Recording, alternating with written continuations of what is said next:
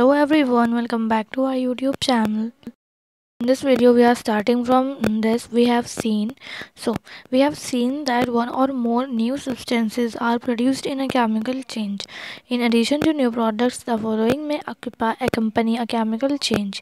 So heat, light or any other radiation, ultraviolet for example, may be given off or absorbed. Then sound may be produced. A change in smell may take place or a new smell may be given off. A color change may take place, a gas may be formed. So in this we are seeing that in addition to new products, the following are the chemical changes that may accompany. So now heat, light or any other radiation, that is ultraviolet for example, may be off or absorbed during a chemical change, or sound may be produced, or a change in smell may take place.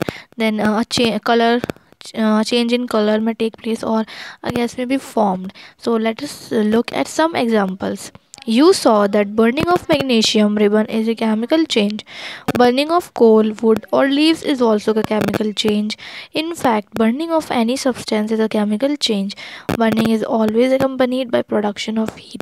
So when we have seen the burning of magnesium ribbon in the activity, then we came to know that it was a chemical change. And then burning of coal also, or you can say wood or leaves, also a chemical change. And then burning of substance is a chemical change. So it is always accompanied by production of heat. Explosion of a firework is a chemical change. You know that such an explosion produces heat, light, sound, and unpleasant gas that pollute the atmosphere. That is why you are advised not to play with fireworks.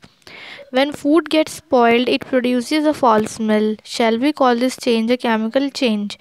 So, explosion of fireworks is a chemical change. So, we know that such an explosion, it always produces heat or say light or sound and unpleasant gases that can pollute or will pollute the atmosphere. So, that's why it is advised that we should not play with fireworks. Then when food gets spoiled, so it will produce a foul smell. So shall we call this a change, and shall we call this change a chemical change? So now we have, you must have noticed that a slice of an apple acquires a brown color if it is not consumed immediately. If you have not seen this change in color, cut a fresh slice of apple and keep it away for some time. Repeat the same activity with a slice of potato or brinjal.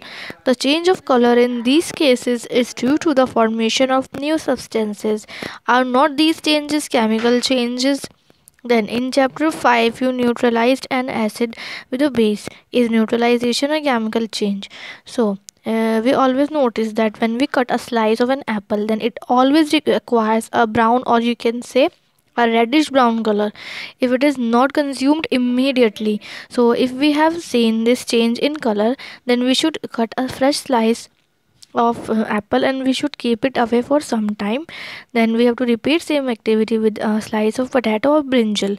The change of color in these cases is due to the formation of new substances.